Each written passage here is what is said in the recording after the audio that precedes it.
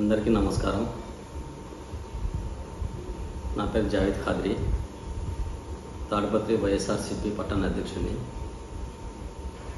గత 2 రోజులుగా తాడిపత్రిలో మా ఇంట్లో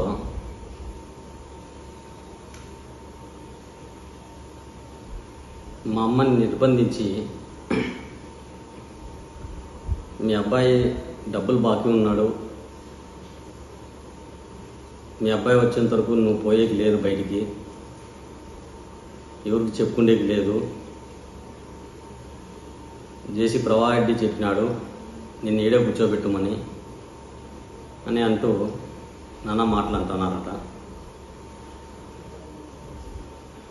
నేను ప్రవాహరెడ్డి గారికి కూడా తెలియాల్సింది ఏమంటే, నేను గోరా అనే వ్యక్తి గత 3.5 సంవత్సరం నుంచి వ్యాపారం చేసినాం. అతను కేవలం 11 బండ్లతో మా దగ్గరకు వచ్చి 70 బండ్లతో బయటికి పోయాడు.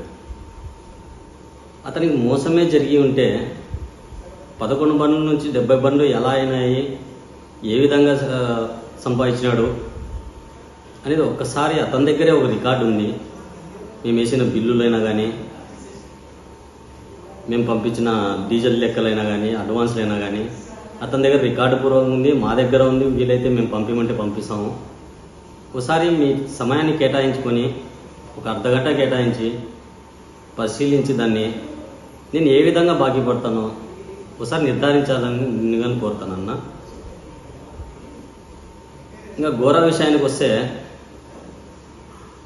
అతని వ్యాపారం కోసము ఎంతగా దిగజారుతాడో అది నీకు తెలుసు, మేము తెలుసుకున్నాము. అది కానీ నువ్వు గుర్తించాలా. ఈరోజు మా అమ్మని నిర్బంధించి ఆడ కూర్చోబెట్టినంత మాత్రాన నేను బాకీ ఉన్నట్టు కాదు. నేను ఏ విధంగా బాకీ లేనని చెప్పనేకి చెప్తాను అన్నిటి. ఒకసారి నువ్వు పరిశీలించి లెక్కాచారం చూసి నీ చేతులతోనే నువ్వు రాసి పంపి అతన్ని కూర్చోబెట్టు. ఏ విధంగా 11 బండ్ల నుంచి నువ్వు 70 బండ్లు ఏ విధంగా చేసుకునేవరా, అతను మోసం చేసి ఉంటే నీకు 70 బండ్లు ఏ విధంగా వచ్చినాయరా నీకని ఒకసారి ఆలోచన చేసి అతన్ని అడుగు ఒక మాట.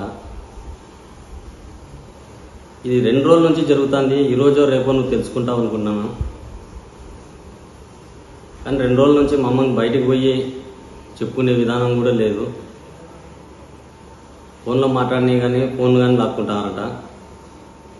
పోలీస్ స్టేషన్ పోదాం అనుకుంటే కానీ మమ్మల్ని బయటికి కూడా పంపించడం లేదు. ఒకసారి ఆలోచన చేయండి. నేనైతే ఎటువంటి లెక్క బాకీ లేను. గోరాకి కావచ్చు, ఆ ట్రాన్స్పోర్ట్ విషయంలో ఏ ఓనర్కి బాకీ లేను. రాయలచరోళ్ళు పెట్టినారు, కొంతమంది మా ఫ్రెండ్స్ పెట్టినారు లారీలో. ప్రతి ఒక్కరికి అడ్వాన్స్లు ఇచ్చే నేను లారీలు పిలుచుకున్నాను, కానీ ఏ ఒక్కరికి మోసం చేయలేదు, ఏ ఒక్కరికి నేను బాకీ లేను. ఒకసారి మీరు కానీ ఆ రికార్డు చూసి పరిశీలించి తెలుసుకుంటామని కోరుకుంటాను. నమస్కారం.